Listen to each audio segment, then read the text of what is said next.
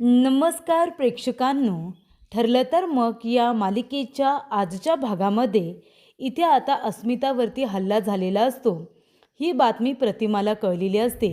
तेव्हा प्रतिमा अस्मिताच्या तब्येतीची चौकशी करायला आलेली असते. तेव्हा प्रेक्षकांनो, कल्पना प्रतिमासाठी आणि प्रताप काकांसाठी कॉफी घेऊन येते आणि अस्मितासाठी दुधाचा ग्लास. कल्पना म्हणत असते, अस्मिता, आता दूध पिऊन घे बरं. तू कालपासून काही नीट खाल्लेलं सुद्धा नाही आहेस. हे बघ, तुला आता बाळाची काळजी घ्यावी लागणार आहे. संपूर्णपणे दूध पिऊन घे. तेव्हा अस्मिता म्हणत असते, मम्मा, मला खरंच काही नको आहे. मला काहीही खायची प्यायची अजिबातच इच्छा नाही. कालपासून माझ्या डोळ्यासमोर त्या बाईचा तो मास्क घातलेला चेहरा, तिचे ते माझ्या चेहऱ्यावरती, माझ्या तोंडावरती उशी दाबणारे तिचे ते हात माझ्या नजरेसमोरून जातच नाही आहेत. तेव्हा मला काही खायला प्यायला नको. तेव्हा कल्पना म्हणते, असं कसं? तू खाल्लं पिलं पाहिजेस या अवस्थेमध्ये. तेव्हा प्रताप काका म्हणतात, कल्पना, जर अस्मिता इथे दूध पिणार नसेल तर आम्हीसुद्धा कॉफी पिणार नाही. आम्हीसुद्धा काही खाणार पिणार नाही, जेवणारसुद्धा नाही. ती जेवल्याशिवाय आम्ही जेवणार नाही. तेव्हा अस्मिता म्हणते, डॅड प्लीज असं काही करू नका. आणि ती मनामध्ये म्हणते, जे काही काल घडलं ते सचिनला सांगू का? नाही, नको नको, मी झुकल्यासारखं होईल. असा ती विचार करत असतानाच इथे आता अर्जुन, चैतन्य आणि सायलीला घेऊन घरी आलेला असतो. तेव्हा सगळेजण त्यांच्याजवळ येतात आणि म्हणत असतात, अरे बापरे, हे सगळं काय झालं? प्रताप काका म्हणतात, काय रे अर्जुन, तुम्ही काही मारामारी वगैरे करून आलात की काय? तेव्हा अर्जुन म्हणतो, डॅड बरोबर बोलात तुम्ही, हे दोघे जण मारामारी करूनच आलेत. तेव्हा प्रतिमा म्हणते, अरे या तुम्ही आधी बसा बरं आणि सांगा काय घडलं होतं. काय गं सायली, काय घडलं होतं? तेव्हा सायली सांगत असते की तो जो रमेश आहे त्याला आम्ही पकडायला गेलो. त्याने चैतन्य भाऊजींवरती हल्ला केला. त्यानंतर मी त्याला मारलं आणि त्याचे हात वगैरे तिथे बांधून ठेवले आणि मग पोलीस त्यावेळेला तिथे आले. तेव्हा इथे सायली म्हणते, बरं झालं पोलीस योग्य वेळेवरती आले, नाहीतर आमच्याबरोबर काय झालं असतं काय माहिती. तेव्हा प्रताप काका म्हणतात, सायली, चैतन्य, तुम्ही दोघेजणं ठीक आहात ना? तेव्हा सायली म्हणते, हो बाबा, आता आम्ही दोघेजणं ठीक आहोत. तेव्हा अस्मिता म्हणते, पण तुम्हाला दोघांना एवढी मोठी रिस्क घ्यायला सांगितली होती कुणी? रमेशचा ॲड्रेस तुम्हाला मिळाला होता ना? तो ॲड्रेस पोलिसांना द्यायचा आणि त्यांना त्यांचं काम करायला सांगायचं ना. तुम्ही कशाला तिथे गेला होतात? का गं सायली, अर्जुनबरोबर राहूनसुद्धा तुला अशा रिस्क घ्यायला आवडतात. तेव्हा सायली म्हणते, खरंच तसं नाही अस्मिताताई. आम्ही त्याच्या घरावरती नजर ठेवायला गेलो होतो. तिथे आम्हाला तो सापडला नाही, तो वेगळ्याच ठिकाणी सापडला. तेव्हा आम्ही त्याचा पाठलाग करत गेलो तर तो पुन्हा त्याच घरी गेला जिथे आम्ही पारख ठेवली होती. म्हणून आम्ही त्याला फक्त बघायला गेलो आणि त्याने आमच्यावरती हल्ला केला. तेव्हा प्रेक्षकांनो, इथे आता प्रताप काका म्हणतात, अर्जुन, मग तुला ही गोष्ट कशी काय समजली? तू इतक्या घाई गडबडीने केलास. तुला सायलीने फोन केला होता का? तेव्हा सायली म्हणते, नाही. चैतन्य भाऊजी, तुम्ही फोन केला होता का? चैतन्य म्हणतो, नाही, ती सिच्युएशनच अशी होती की त्याच्यामध्ये मी फोनच करू शकलो नाही. तेव्हा इथे अर्जुन म्हणतो, मला कुणीही फोन केला नव्हता. मला असं वाटलं की सायलीला माझी गरज आहे. मी स्वयंपाक करता करता रेसलेस झालो आणि मग मी तिला भेटायला तिथे गेलो तर हे सगळं घडलं होतं. तेव्हा इथे चैतन्य म्हणतो, अच्छा, म्हणजे तुला तुझ्या मनाने फोन केला होता तर? तेव्हा इथे प्रतिमा म्हणते, अर्जुन सायलीच्या या जोडीला कुणाचीही दृष्ट लागायला नको. तेव्हा चैतन्य म्हणतो, नाही लागणार, कारण अर्जुनने आजच सायली वहिनीला प्रॉमिस केलं आहे की तिच्यावरती होणारा वार हा अर्जुन झेलणार आहे. म्हणून त्यांच्या गमती जमती सुरू असतात. तोपर्यंत प्रिया धावत पळत आपला कसाबसा जीव वाचवत तिथून निघते. त्यानंतर नागराजला फोन करते आणि म्हणत असते की नागराज काका, त्या रमेशला पोलिसांनी पकडलं. तेव्हा नागराज म्हणतो, काय गं, हे कधी घडलं? तेव्हा प्रिया म्हणते की मी तिथे पोचायच्या आधीच त्या ठिकाणी सायली आणि चैतन्य पोचले होते. त्यांनी पोलिसांना फोन करून ठेवला होता. त्यांनी रमेशला पकडलं होतं. पोलीस तिथे गेले. रमेशला आता अरेस्ट करून त्या आपल्याबरोबर घेऊन गेलेल्या आहेत. आता तुमचं काही खरं नाही. तेव्हा महिपतला नागराज सांगतो की आता रमेशला पकडलेला आहे. प्रियाचा फोन आलाय. तेव्हा प्रिया म्हणते, त्या ठिकाणी अर्जुनसुद्धा आला होता. त्या सगळ्यांनी मिळून रमेशला पकडलं. त्यामुळे आता काही खरं नाही आहे. तुम्ही खूप तीर मारला होता ना, खूप मोठा 22 वर्षांपूर्वी. काही पुरावे मागे ठेवले नाहीत असं म्हणाला होतात ना. अहो तुम्ही पुरावे ठेवलेत, कळतंय का तुम्हाला? आणि आता एक एक करून अर्जुन सायली ते पुरावे शोधून काढतायत. हे बघा, मला फक्त तुम्हाला एवढंच सांगायचं होतं की आता तुमचं बोलणं ऐकून आणि हे सगळे पुरावे बघून मला भीती वाटायला लागली. आपण सगळेजण आता मेलो असं मला तुम्हाला सांगायचं आहे. त्यामुळे आता फोन ठेवा. माझ्याजवळ आता बोलायची सुद्धा हिंमत राहिलेली नाही, असं प्रिया नागराजला सांगते आणि सरळ फोन ठेवून देते. त्यानंतर प्रेक्षकांनो, इथे आता चैतन्य म्हणतो, बरं ठीक आहे, मी आता निघतो. तेव्हा सायली म्हणते, चैतन्य भाऊ जेव्हा असं काय करताय? आपल्याला पोलीस स्टेशनला सुद्धा जायचं आहे ना रमेशबद्दल माहिती द्यायला. आणि त्याचबरोबर अस्मिताताईंवरती हल्ला झाला होता, त्याचीसुद्धा कंप्लेंट केलेली आहे. त्याबद्दल पोलिसांना काही मिळालं आहे का ते बघायचं आहे. तेव्हा अर्जुन म्हणतो, एक मिनिट, आता तू एकटीने कुठेही जायचं नाही आहे. तेव्हा सायली म्हणते, अहो त्यानंतर मला ऑफिसला सुद्धा जायचं आहे. तेव्हा कल्पना म्हणते, अरे असं काय करताय तुम्ही दोघेजणं? आता तर आलात ना आणि लगेच चाललात का? आता जेवून घ्या आणि गप्पपणे आराम करा. तेव्हा अर्जुन म्हणतो की सायली, तू आता ऑफिसला वगैरे जायचं नाही आहे. तुझ्यावरती आत्ताच हल्ला झाला आहे आणि लगेच तुला ऑफिसला जायचं आहे. जेव्हा माझ्यावरती हल्ला झाला होता तेव्हा तू 2 दिवस मला घरामध्ये ठेवून घेतलं होतंस. तेव्हा चैतन्य म्हणतो, सायली बरोबर बोलतोय अर्जुन, मी आता अर्जुनच्या बाजूने आहे. तेव्हा त्या ठिकाणी प्रिया आलेली असते. प्रियाला बघितल्यानंतर अर्जुन म्हणतो की जेव्हा जेव्हा आम्ही बाहेर असतो तेव्हा तेव्हा ही प्रियासुद्धा बाहेरच असते. तेव्हा इथे अर्जुन म्हणत असतो की मामा, मी आणि सायली आम्ही पोलीस स्टेशनला जाऊन येतो. तिथे जाऊन अस्मिताताईवरती कुणी हल्ला केला याबद्दल पोलिसांना काही क्ल्यू सापडलेत का ते बघतो. त्यानंतर आम्ही घरी येऊन आराम करू.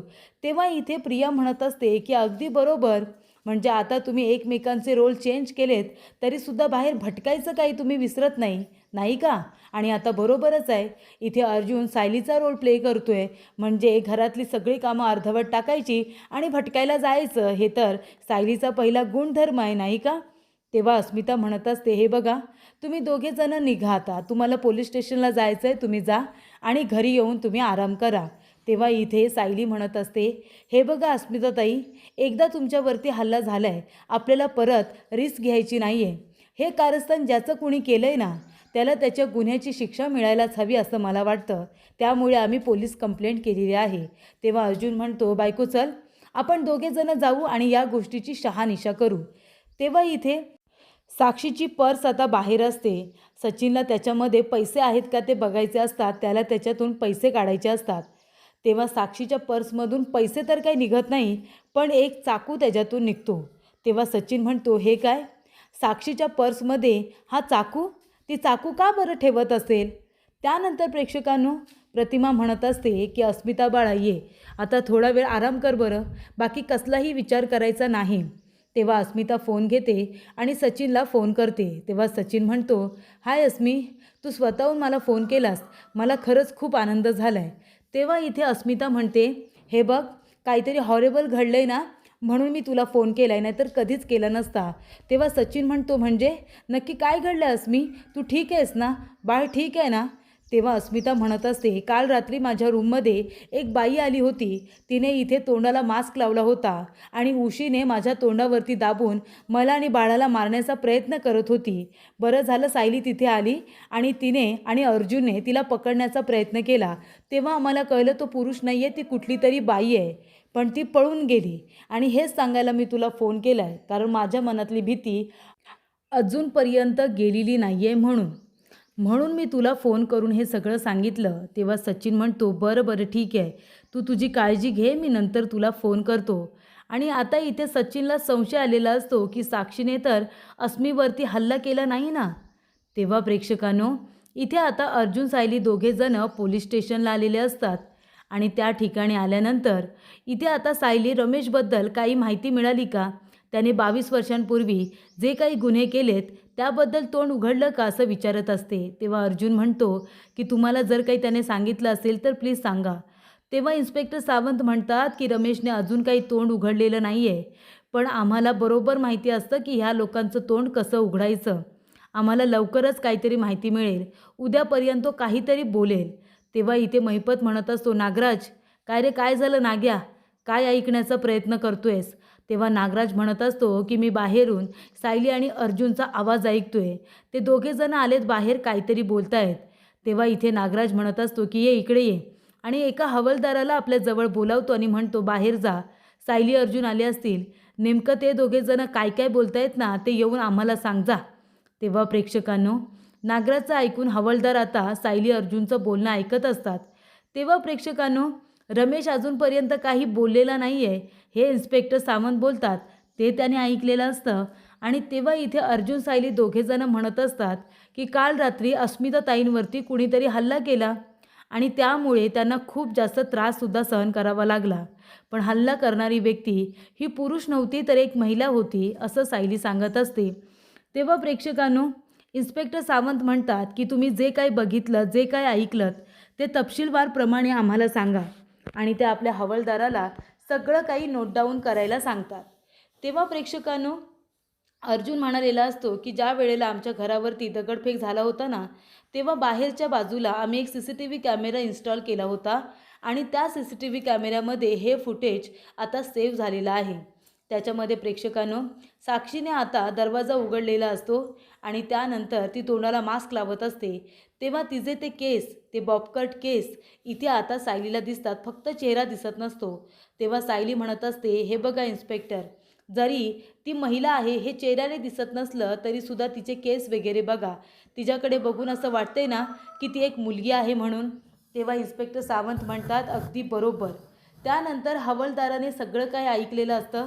नागराजला येऊन सांगतो की रमेशने अजून तोंड उघडलेलं नाही आहे आणि अर्जुन सुभेदाराच्या बहिणीवरती, अस्मितावरती काल रात्री कुठल्या तरी मुलीने तोंडाला मास्क लावून तिला मारण्याचा प्रयत्न केला, तोंडावरती उशी दाबून मारण्याचा प्रयत्न केला, असं आता सांगण्यात येतं. तेव्हा इथे नागराज म्हणत असतो की महिपत, अजून तरी रमेशने तोंड उघडलेलं नाही आहे, एकदा का त्या रमेशने तोंड उघडलं की मी मेलोच. तेव्हा महिपत म्हणतो फक्त तू मरणार नाही आहेस तर तुझ्यासोबत मी सुद्धा मरेन. तेव्हा नागराज म्हणत असतो पण त्या सुभेदाराच्या बहिणीवरती कुणी हल्ला केला ते काही कळत नाही आहे. तेव्हा महिपत आपल्या मनामध्ये म्हणत असतो की मला असं वाटतंय त्या अस्मितावरती हल्ला करणारी दुसरी तिसरी कुणी नाही आहे, माझी मुलगी साक्षीच असेल. साक्षीला कळलं असेल का की तो सचिन दीक्षित अस्मिताचा नवरा आहे ते, आणि हे आता साक्षीला नक्की सांगितलं असेल कुणी, याचा विचार महिपत करत असतो. तेव्हा इथे साक्षी पुन्हा एकदा आलेली असते विशाखा पटवर्धन बनून आणि ती म्हणते की नमस्कार, मला महिपत शिखरे यांना भेटायचं आहे. हवालदार म्हणतात सही करा आणि चेहऱ्यावरचा मास्क खाली करूनच आतमध्ये जा, आमच्या इथे तोंडाला मास्क लावलेला चालत नाही. तेव्हा इथे साक्षी म्हणत असते की मला एलर्जी आहे, त्यामुळे मलाही त्रास होईल धुळीचा आणि तुम्हालासुद्धा होईल. तेव्हा इथे हवालदार म्हणतात की हे बघा, तुम्ही काहीही बोला पण आमच्या इथे ते नियमच आहेत, ते तुम्हाला पाळावे लागतील. तेव्हा ती हळूच आपला मास्क बाजूला करते आणि त्यानंतर ती परत लावत असते. तेव्हा इथे सायलीचं लक्ष साक्षीकडे जातं. साक्षीचे डोळे ती नीट बघत असते.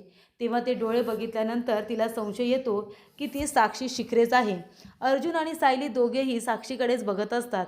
तेव्हा साक्षी पटकन तोंडाला मास्क लावते आणि तिथून निघून जाते. अर्जुन म्हणत असतो काय गं बायको, काय झालं, तिकडे का बघतेस अशी. तेव्हा सायली म्हणते काही नाही हो, मी सुद्धा आहे ना आता सतत केसचा विचार करते आणि तुमच्याबरोबर राहून राहून संशयी झाले, कुणावरतीही मी सारखा संशय घेत असते असं मला वाटतंय. तेव्हा अर्जुन म्हणतो अच्छा, म्हणजे तुला कळतंय ना की माझं काम खूपच जास्त हार्ड आहे आणि ते तुला जमत नाही आहे. तेव्हा इथे सायली म्हणते मी असं अजिबात म्हणालेले नाही आहे की मला जमत नाही आहे म्हणून. नको ते शब्द, तुम्हाला हवेत ते शब्द माझ्या तोंडातून काढू नका. त्यानंतर प्रेक्षकांनो, इथे आता सायली अर्जुन दोघेजण आता आपापली कामं आवरून बसलेले असतात.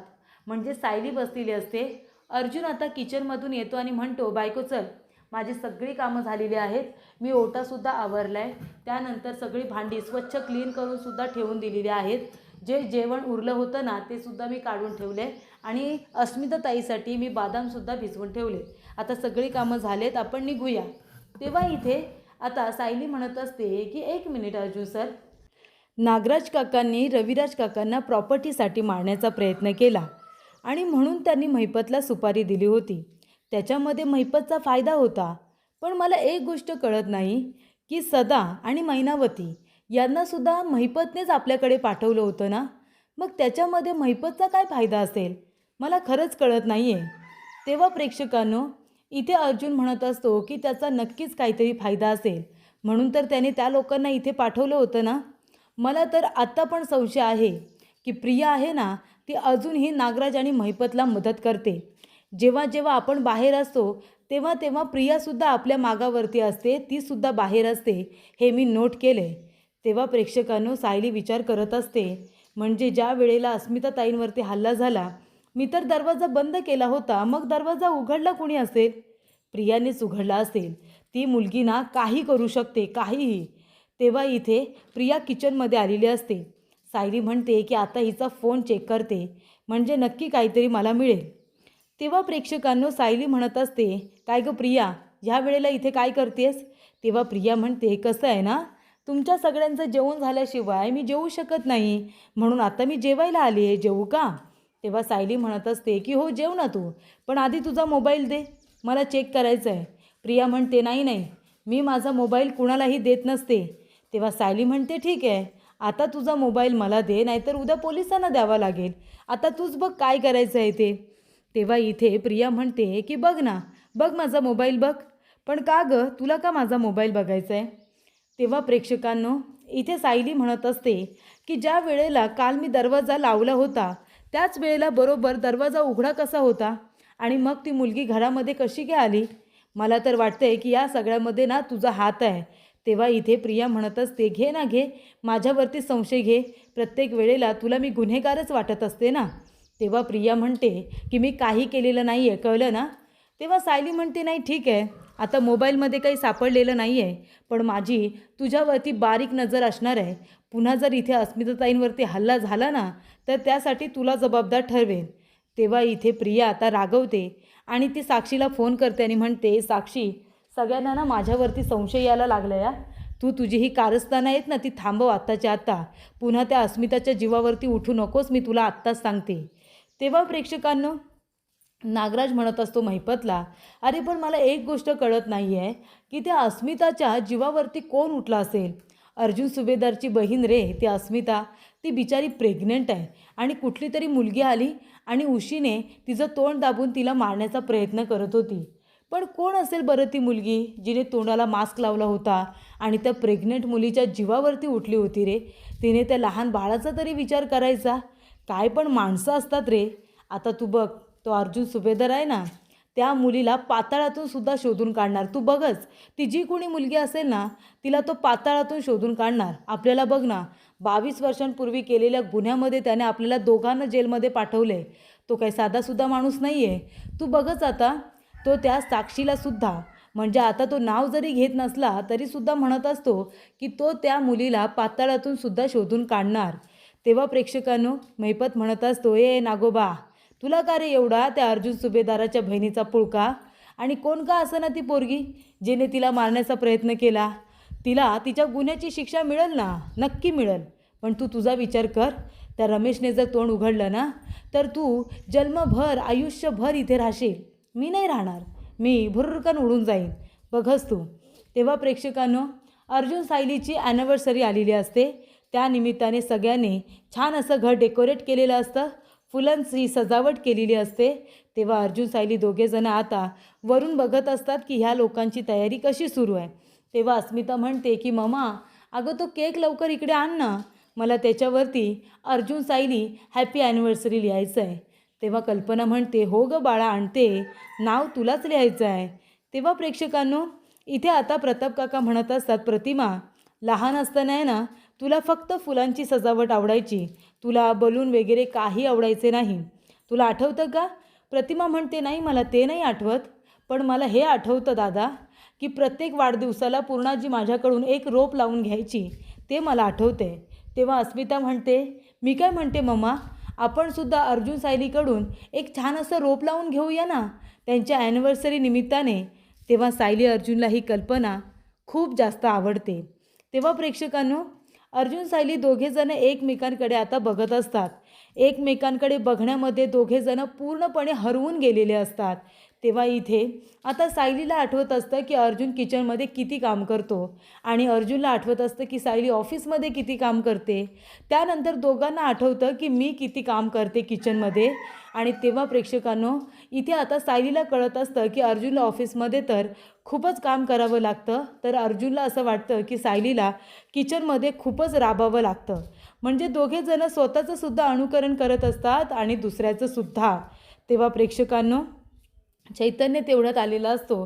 तेव्हा सगळेजण म्हणतात, काय रे चैतन्य एवढा उशीर? तुझ्या मित्राची ॲनिव्हर्सरी आणि तू उशीर केलास. तेव्हा इथे आता तू कोर्टाचं सुद्धा निमित्त देऊ नकोस कारण खूप उशीर झाला आहे. चैतन्य म्हणतो, नाही नाही मी निमित्त देणारच नाही आहे. मला कळत नाही आहे, मी वेळेतच निघालो होतो, उशीर कसा झाला. तेव्हा प्रताप काका म्हणतात, बरं बरं ठीक आहे, आता बोलण्यात वेळ वाया घालू नकोस, ये लवकर इकडे फुलं लाव. तेव्हा इथे चैतन्याचं लक्ष आता वरती जातं आणि तो म्हणतो, अरे वा बघा, म्हणजे आपण इथे यांच्या ॲनिव्हर्सरीची इतकी तयारी करतो आहे आणि तिकडे बघा दोघेजणं एकमेकांकडे बघण्यामध्ये किती बिझी आहेत ते. काय मिस्टर अँड मिसेस सुभेदार या आता खाली या. तेव्हा अर्जुन आणि सायली दोघेजणं खाली येत असतात. तेव्हा प्रेक्षकांनो इथे सायली अर्जुन दोघेजणं एकमेकांकडे बघतात. अर्जुन म्हणत असतो, बायको अगं दिवसभर तू किती काम करत असतेस, सगळ्यांसाठी स्वयंपाक करत असतेस, सगळ्यांना जपत असतेस, सगळ्यांच्या आवडीनिवडी, सगळ्यांचं बोलणं सगळं काही तू ऐकून घेत असतेस आणि सगळ्यांची काळजी घेत असतेस. दिवसभर किती थकून जातेस तू, तुझ्यासारखं काम मला नाही जमणार. तेव्हा सायलीसुद्धा म्हणत असते, मलासुद्धा कळलं की ऑफिसमध्ये तुम्ही किती काम करता, किती किती लोकांना कशा कशा पद्धतीने तुम्हाला सामोरं जावं लागतं. मी तुमच्यावरती सतत चिडायचे की तुम्हाला उशीर होतो, तुमचा फोन कधीच लागत नाही, मी काय काय बोलायचे तुम्हाला. तेव्हा मला असं कळतं, उंबऱ्याच्या आतमध्ये घर नांदतं आणि उंबऱ्याच्या बाहेर कर्तृत्व गाजतं. तेव्हा प्रेक्षकांनो अर्जुन सायली आता दोघांच्याही कामाला तेवढंच महत्त्व देतात. दोघे एकमेकांना शेकहँड करतात आणि त्यानंतर दोघे एकमेकांना आता मिठीसुद्धा मारतात.